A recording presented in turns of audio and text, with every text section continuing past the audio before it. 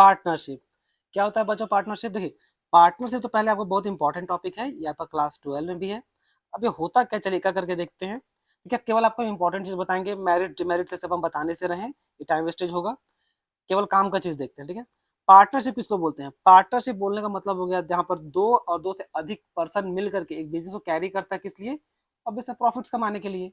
उसको क्या बोलेंगे? पार्टनरशिप। सिंपल भाषा में देखिए, दो या दो से अधिक क्या करता है ये लोग, एक बिजनेस को कंटिन्यू करेगा, एक बिजनेस चला रहा है, किस लिए? प्रॉफिट्स कमाने के लिए।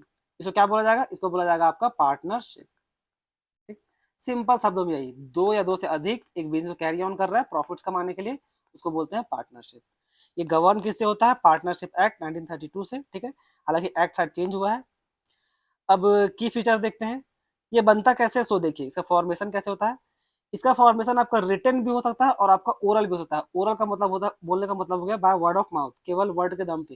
यानी दो फ्रेंड था, ए और बी, इन दोनों में अच्छा दोस्ती था, तो लोग दोनों आपस में मतलब मुंह जबान ही क्या कर लिया, फर्म खोल लिया, यानी कि पार्टनरशिप खोल लिया।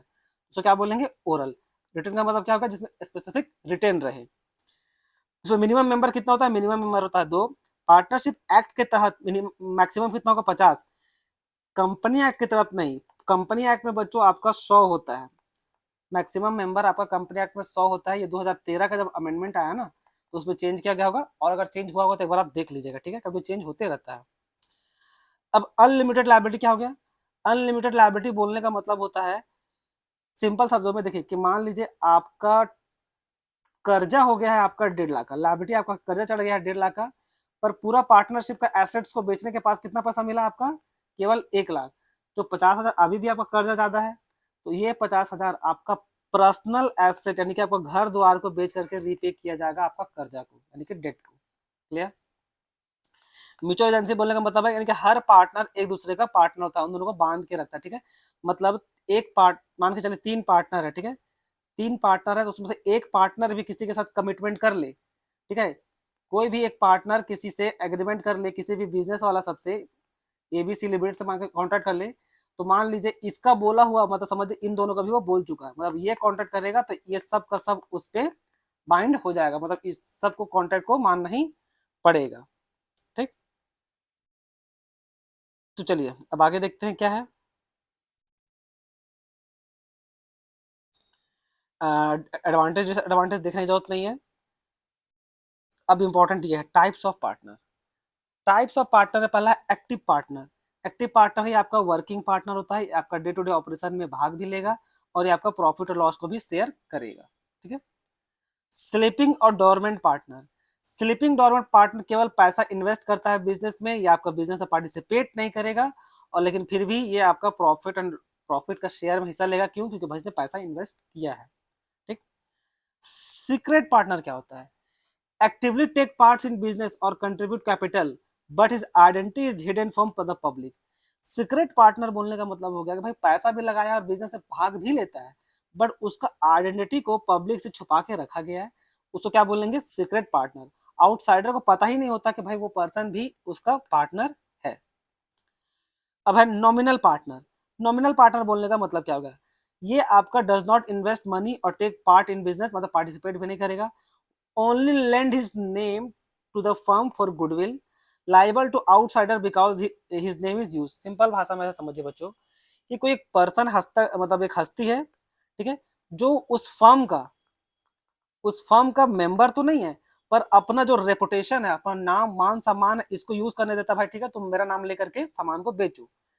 तो अगर ऐसा ये फर्म करती है, ठीक है, कोई कंपनी करती है और उसका सामान इसका नाम पे हेल्प से बेचती है, तो कल चल के अगर उस गुड्स में, उस सामान में अगर कोई डिफेक्ट आया, कोई प्रॉब्लम आया, तो उसके लिए रिस्पॉन्सिबल कौन होगा?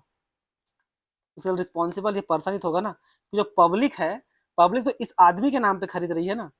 तो नॉमिनल पार्टनर बोलने का एक मतलब होता है, जैसे एग्जांपल देखिए इसका, a celebrity agreeing to called partner but do not involve in the work और प्रॉफिट। ठीक है, एक सेलिब्रिटी है जो भाई एग्री तो हो गया, ठीक है, हम अपना नाम देते हैं, वह नाम से बेच दो। ठीक है, तो पब्लिक तो उस सेलिब्रिटी का नाम से खरीदेगा ना, तो कल कल से कुछ दिक्कत होगा किसको जाकर परेशान करेगा? सेलिब्रिटी को ही। तो नॉमिनल पार्टनर बोलने का यही मतलब होता है। ठीक है, अब पार्टनर बाय इस्टॉपल।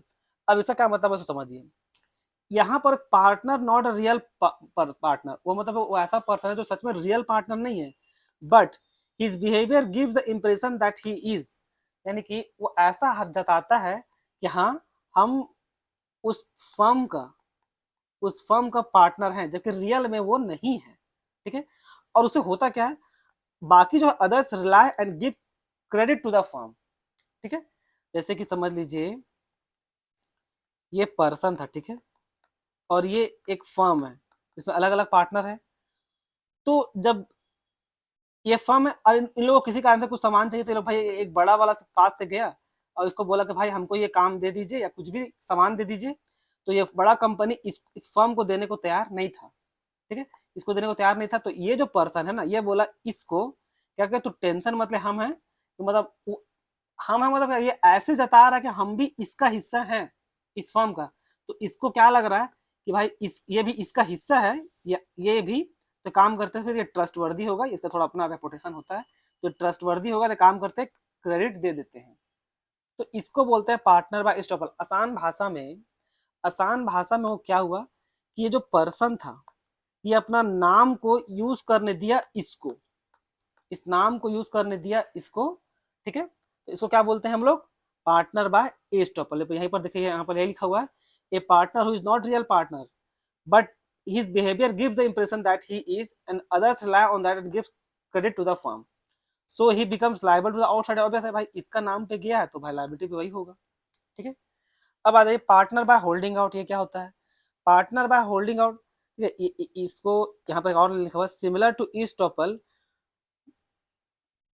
ये इसके लिखा हुआ similar to estoppel but here person does not deny when people call him partner, यानी कि by staying silent or allowing it, he creates belief in other become liable to third party who act as on the belief। यानी कि partner by holding जो है, ये दूसरा को मतलब ये भी अपना नाम सीधा सीधा अलाउ कर देता है कि ठीक है हम उसका पार्टनर हैं, इस टाइप से। If someone introduce you as a partner and you don't correct them, मतलब कुछ सामने वाला था, मतलब इसका एग्जांपल है, समझ लीजिए